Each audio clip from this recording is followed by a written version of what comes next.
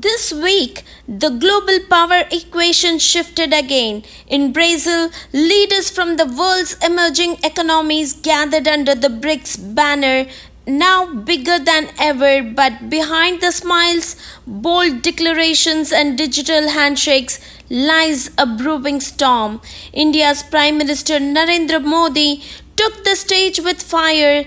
Donald Trump fired back with tariffs, and the world is watching as trade wars and currency shifts could reshape everything we know. Welcome to Trendline Times. I'm Uma, and this is your deep dive into the BRICS 2025 summit, India's rising leadership, and Trump's explosive reaction. July 6, 2025, Rio de Janeiro, the BRICS summit kicks off with 11 member nations, including India, Russia, China, South Africa, Brazil, and newcomers like Iran, UAE, Egypt, and Indonesia. But one thing stood out, neither Putin nor Xi Jinping showed up in person. That left a power vacuum, and Prime Minister Modi stepped right into it. His message was clear: we must not allow critical minerals to be weaponized, a direct swipe at China's dominance in rare earths. Global supply chains must be secure, inclusive, and never held hostage. Prime Minister Modi did not just talk reforms, he acted. He met with Malaysia's PM Anwar Ibrahim to review the Asian India Free Trade Agreement. Then with Uruguay's president to discuss expanding India's trade with Mercosur in Latin America. In short, is opening doors to new markets, new allies, and new deals. The BRICS nations have one big goal: ditch the US dollar. They want to settle trade in local currencies. Russia and China already trade 92% in their own money, and now India's joining the push. But here's the catch.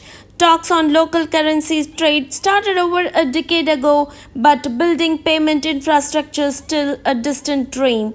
So, what's really happening here? Let's break it down. Let's see the pros first. Less dollar dependency, safer for countries hit by US sanctions, stronger South ties, shared platforms in AI, biofuel, and digital trade. Push for reform, UN, IMF, WTO under pressure to represent the global South. Let's see the cons now. Too many members, too many agendas. Putin and Xi's absence weakened unity. De-dollarization still just an idea, not reality. Across the Atlantic, Donald Trump wasn't happy. Any country that joins anti-American BRICS will face an additional 10% tariff, no exceptions. Yes, you heard that right. Trump has threatened fresh tariffs on BRICS supporters effective August 1st, 2025. Stocks dropped, the Indian rupee bounced slightly, and US trading partners are on edge. India is walking on a tightrope, but on one hand, it is strengthening its place in BRICS. On the other, it is still negotiating with the US on trade terms. Prime Minister Modi did not criticize America directly. Instead, he called the cooperation sustainability and peace. It is diplomacy with precision. This BRICS summit wasn't just about currencies or commodities. It was about power, position, and who gets to write the rules of tomorrow. As India rises, as Trump pushes back, and as the world rebalances, one thing is clear: this decade belongs to those who can lead boldly, negotiate wisely, and unite without fear. This is Uma for Trendline Times, and this was a deep dive into the forces shaping our world. Stay informed, stay empowered, and don't forget to subscribe.